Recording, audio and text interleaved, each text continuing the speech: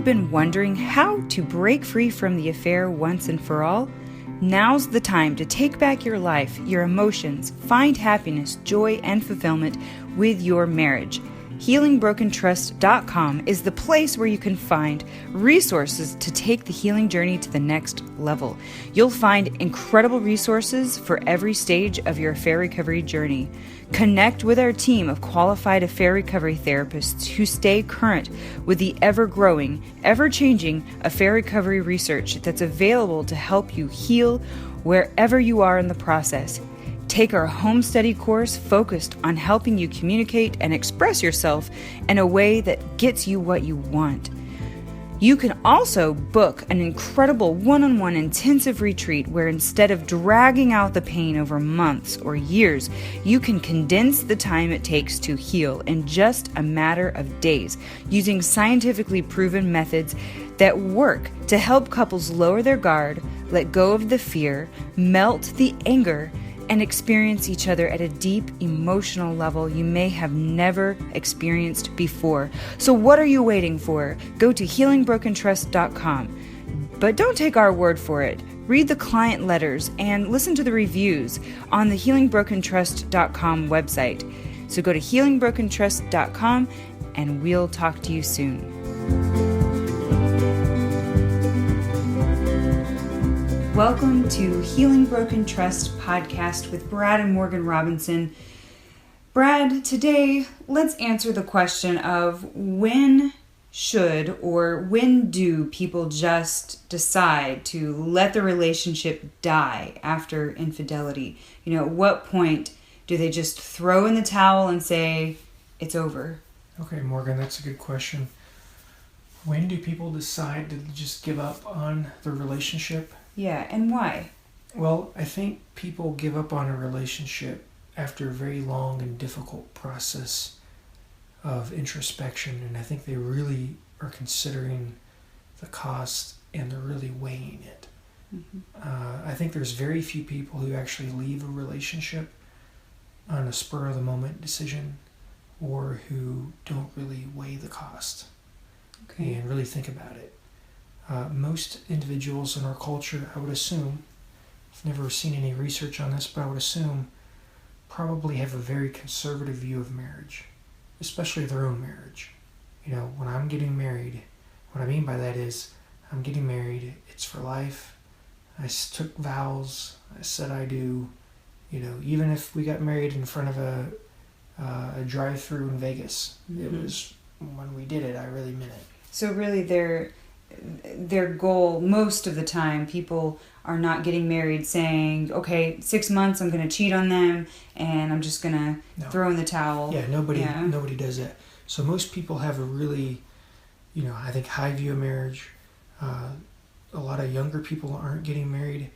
They're putting marriage off. It's not because they don't value marriage, or they just want to live together or have kids out of wedlock or anything like that. It's that they really value marriage, but they value it and they want it to last. Mm-hmm. So they're like, is this really going to work? Right. I don't want a divorce like my parents did. Nobody in my family, really had a successful relationship. I want us to have a successful relationship. So they're really, because they value it, they put it on a high level. They want to make sure it works. Or at least they value the idea of fidelity and their relationship working and staying together. Even if they don't necessarily believe in the concept or idea of marriage, they still believe in fidelity. Yeah. They believe in, everlasting love. Yeah. And now, obviously, that's not everybody. I'm assuming 80% of the population would have like a conservative view of marriage. Sure. And they're very committed to their marriage. Right. And we're going to work through stuff come hell or high water. Everybody always says, unless you cheat on me, that's the exception. Right. But in the face of the actual infidelity, people really do want to work on it. They even if they say, I'm not going to stay with you if you cheat on me, they typically... when it happens, they throw that out the window and they're like, I'm going to make this work. There's a period where they don't know, uncertainty and ambiguity where they don't know. That's normal. But there is a point where over a period of time where people... And I'm talking, this takes a while. This is not like short-lived. Mm-hmm. Now, the only times that I've seen it where it's actually short-lived is when people have, kind of ties into what we talked about last time, are their wounds too big to heal, ties into when they haven't really had a chance to develop a bond Mm-hmm. within the first 2 years. Now, you can develop a bond, and you can have a deep bond with somebody and not always felt connected to them or always been happy, but you have a bond. Mm. You know, because a lot of people, you know, are like, I've never been happy, I've never felt content, never felt fulfilled. But, you know, if you're with somebody for 2 years, no matter why you got married, if you were, you know, if you got pregnant and you had a shotgun wedding, you know, you're with them years down the road, you know, you have a bond with them. Right. And you may have not always felt happy in the relationship, you have a bond. So what I'm trying to say is, you know, there are times where people will leave a relationship fairly quickly because they had to leave previous relationships quickly. They had to cut off from a parent growing up. They were severely abused growing up. They had to cut off contact with a parent just to survive. Mm. And so they're going to be somebody who may leave a relationship quickly. After infidelity? After infidelity, or just period. Oh, okay. Just not even after infidelity, just period. And they're going to be somebody who, you know, may leave quickly just because they've done it before with another key person in their life, like a mom or a dad.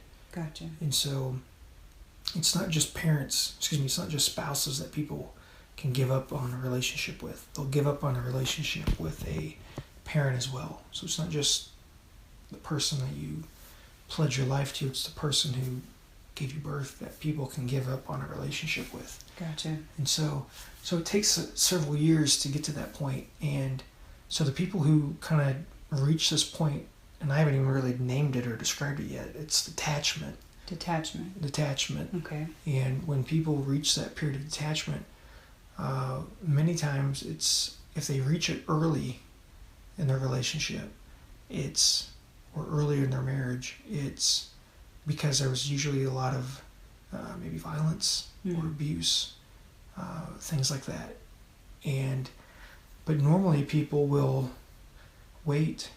I usually see detachment around the 10th, 12th, 14th, 16th year of marriage. I don't really see it around people who've been married 6 or 7 years. Mm-hmm. I'll see it through people who work through that difficult period or stayed together through that difficult period, and they still didn't feel connected. In fact, what they felt is emotionally deprived, and that's where people get to this point of detachment. And so what happens is they will stay in a relationship for, most first marriages last about 6 or 7 years. So these aren't people who just divorce at that period. These are people who will continue on in their relationship till year 12, 14, 16, maybe even longer. And these are the people who really are done with a relationship. So why do you think that is, Brad? Why do you think people stay, longer even after they've had, a terrible relationship? I think people really want to make it work. Mm-hmm. And they have kids, they have obligations to their family, they want to make it work. But I think where people get to this point of really being done, and let me describe this because we haven't even defined this yet. Okay. There's despair and then there's detachment. And despair is where somebody will threaten divorce or threaten being done, or they'll just completely shut down. So you have somebody being really loud, saying, I want a divorce, I'm going to leave you, that kind of thing. But they say that to get a reaction, or they shut down and withdraw into depression. Mm-hmm. And if somebody is saying in the despair stage, I'm going to leave you, they'll go get marriage counseling. And this is where it gets really sad, Morgan, is most of the time the people I see who fall into detachment, this next stage, and I'll describe that in a second, but they fall into this depression where they withdraw. And often what I see is their spouse never really saw how withdrawn they were from the relationship, just how So they had no idea. unhappy they were in the relationship, because they never really. And this is what's tragic about this stuff. And I hate seeing this because it's terrible. It's really the worst part of my job. I see a lot of people suffer from infidelity, other issues, but this is really what bothers me the most, because I have a lot of hope for couples who've worked through an affair or who've experienced an affair or multiple affairs.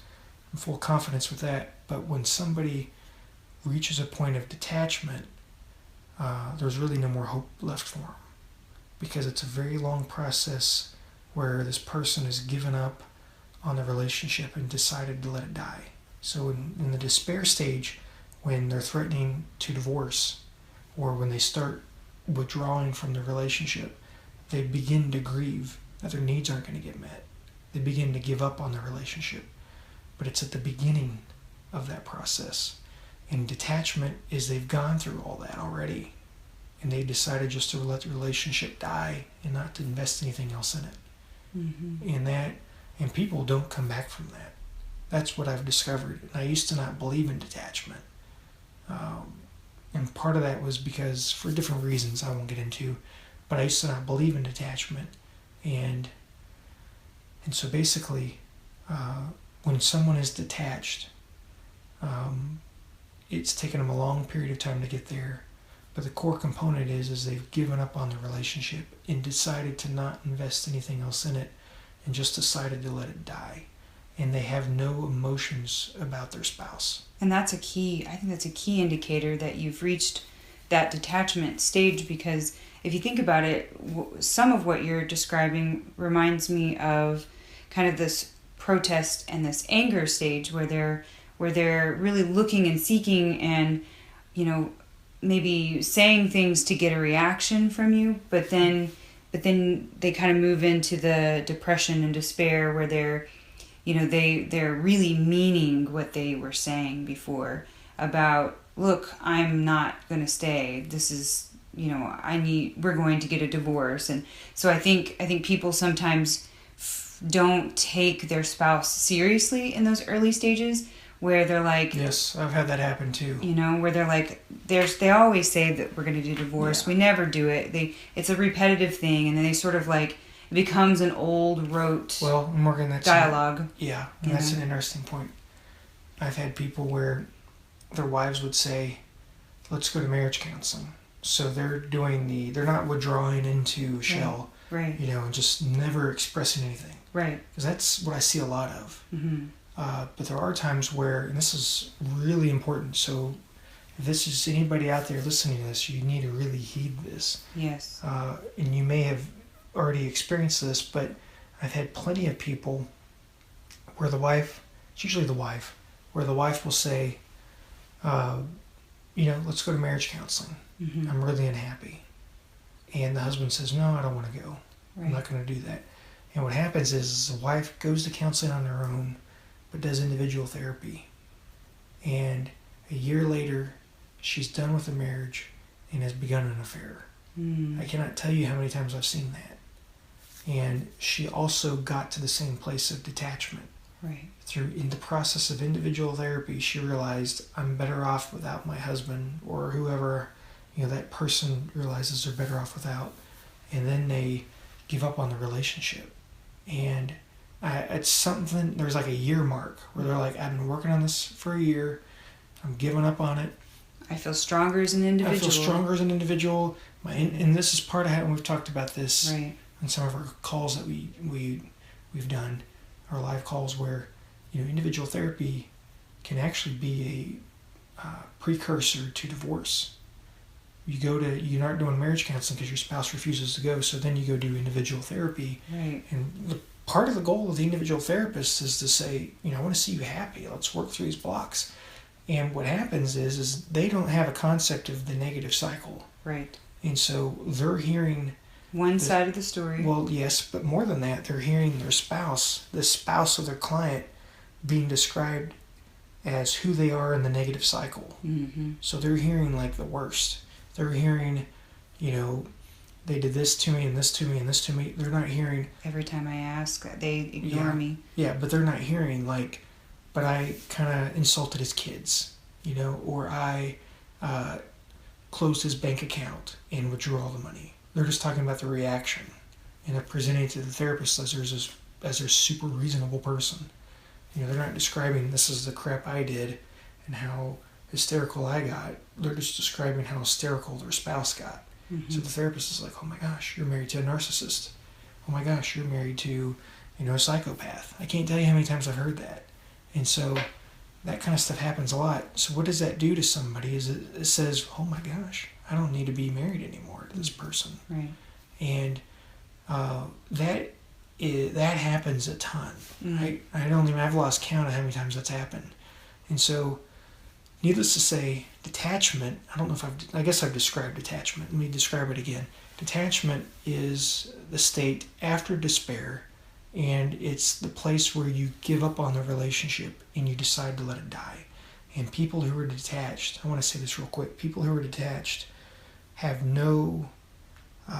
they may love their spouse in the sense of I wish them well. Yeah. You know, I'm always going to love you because you're the father of my kids, you're the mother of my kids, that kind of thing.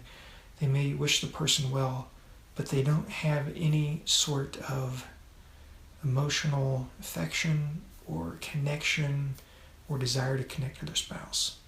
And they, in fact, they would be totally okay if their spouse started seeing other people. They would... I'm trying to think of some other ways, characteristics of detachment. But the key thing is they've just given up on it. Mm-hmm. And they don't want to invest anything else. If they have emotion, they express it about their children or about something else, but never about their spouse.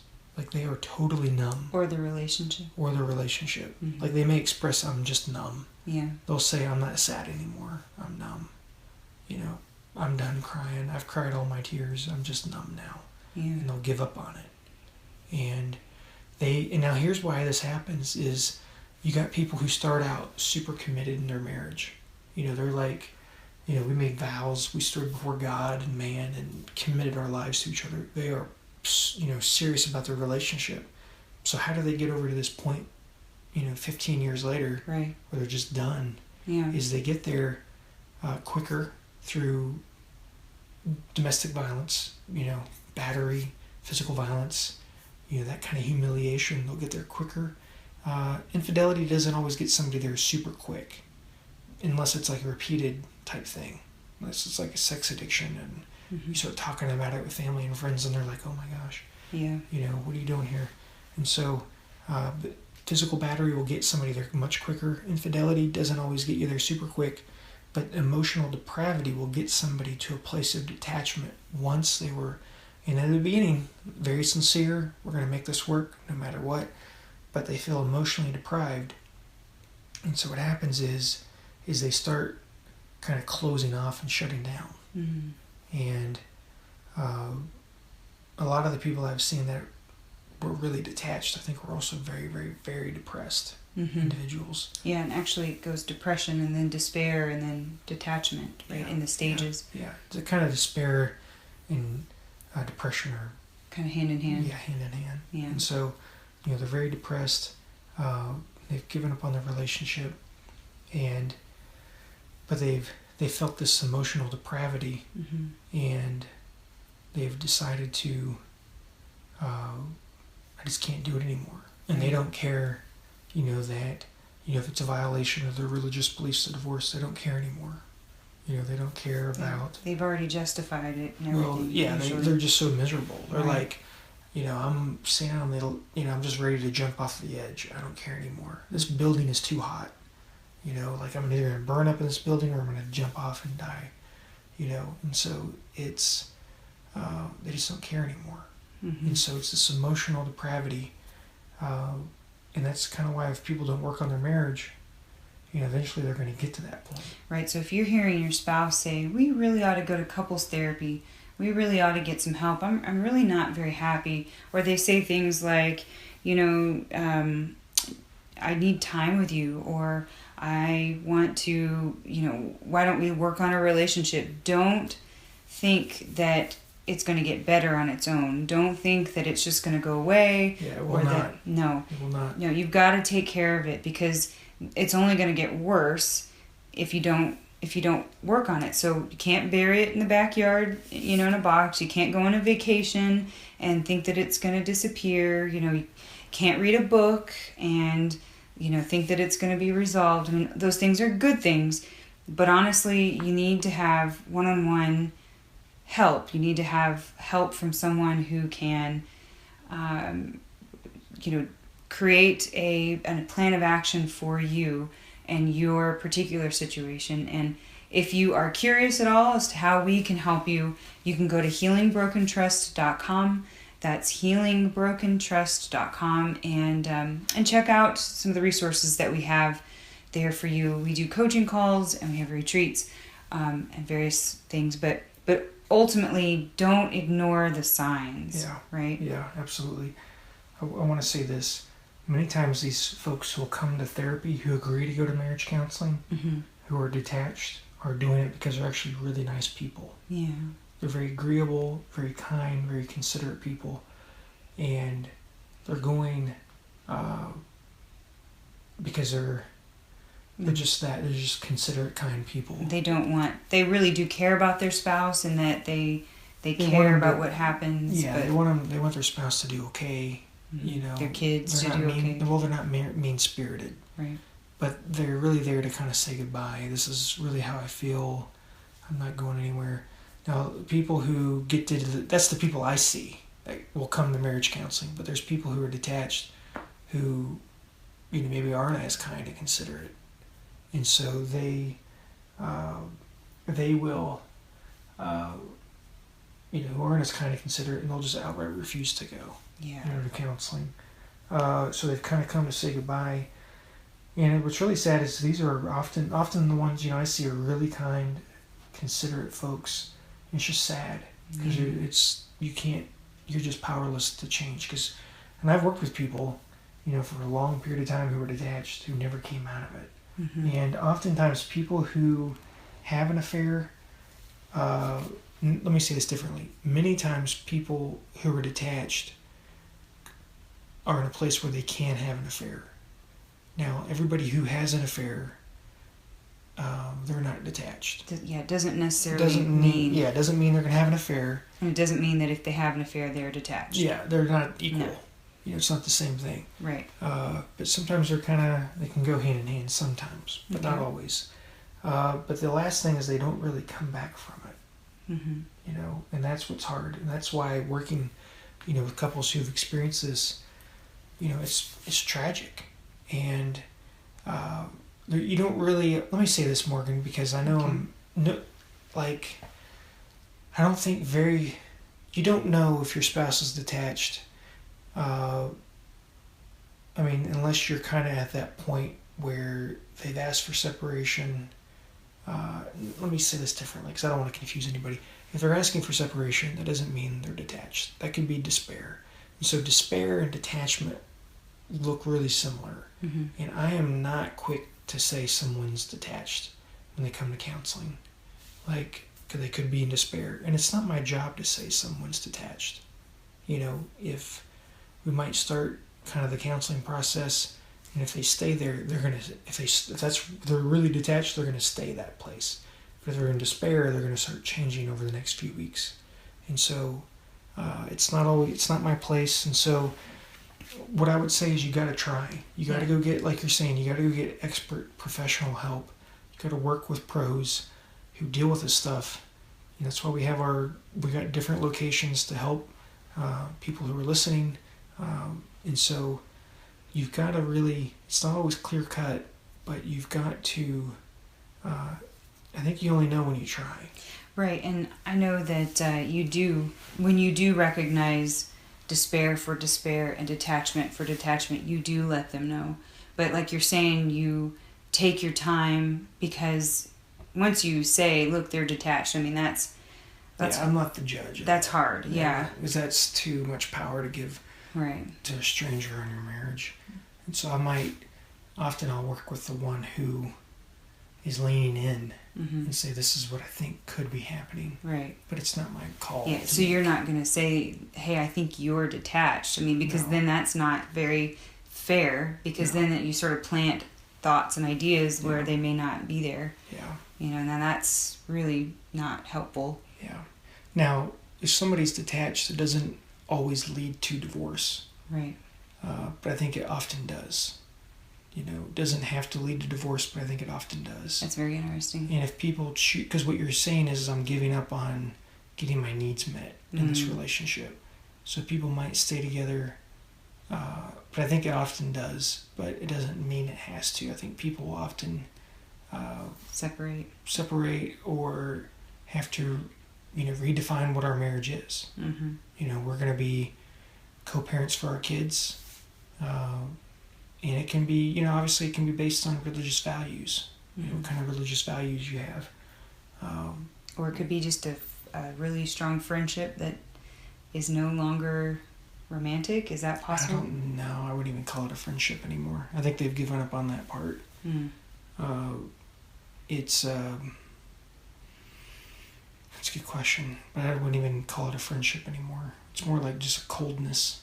You know, aloof. Well, they're just cold and don't care, and anything that their spouse tries to do just turns them off. Now, let me say this. This is actually really important. People who are involved in an affair while the affair is going on, not everybody, but many individuals who are in an affair can present themselves as detached. Okay?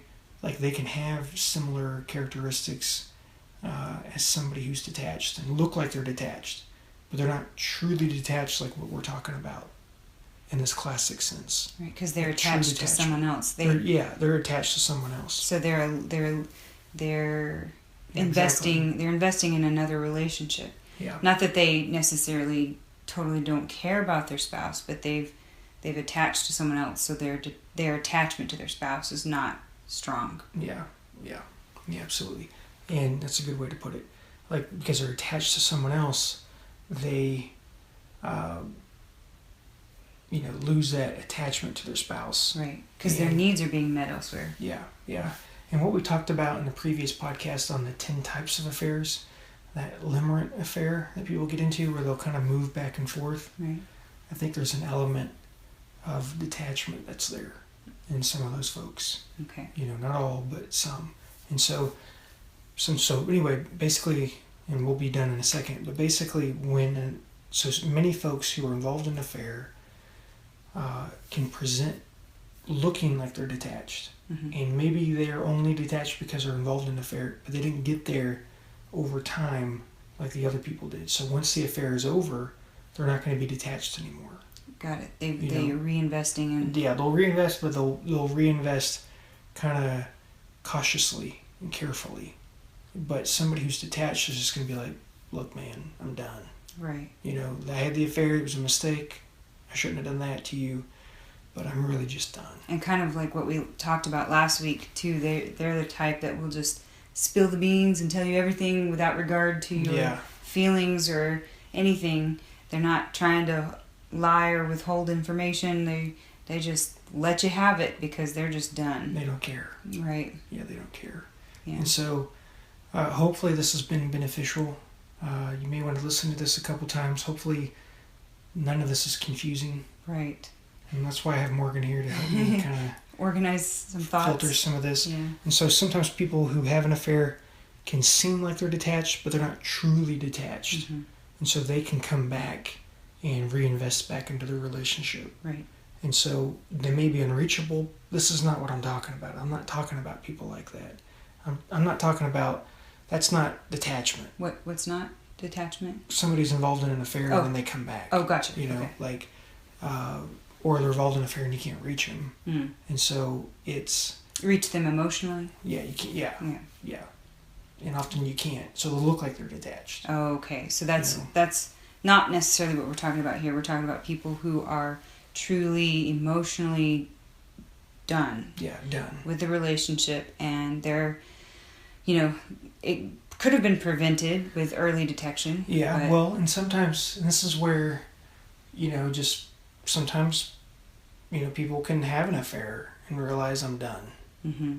That's common too. Or they could just have a friend of the opposite sex and realize, what, I can be happy without my spouse. I feel more of a connection to this other person than I do my own spouse. And so that can lead somebody who's felt deprived emotionally for years to a place of detachment. Right. And so they're moving on. Yeah. Okay. So hopefully this was helpful to you guys, and hopefully you can use this information to help your relationship. But if you have questions, don't hesitate to reach out to us at healingbrokentrust.com. Healingbrokentrust.com is where you can find lots of resources, and you can connect with us there through coaching calls and through one-on-one retreats. And we would love to hear from you. So definitely reach out, and we definitely wish you the best, and we hope that your relationship just gets better and better. So yes, thank you for listening. And let me say this, Morgan. Last thought. Okay. I'm driving Morgan crazy saying this. I have total faith and confidence that you guys can work through this. I'm just mentioning this because this is an important part of the process. Mm-hmm. I'm always hopeful, always optimistic when there's not detachment. Right. And we want to prevent detachment. Yes. That's absolutely. Our big goal. Yeah. And so you guys can do this. I believe in you. Get the right help, and you guys will succeed.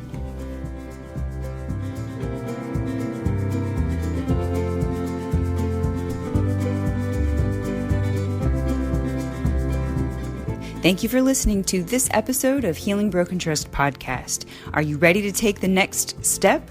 Go to healingbrokentrust.com and schedule your one-on-one coaching call today. That's healingbrokentrust.com.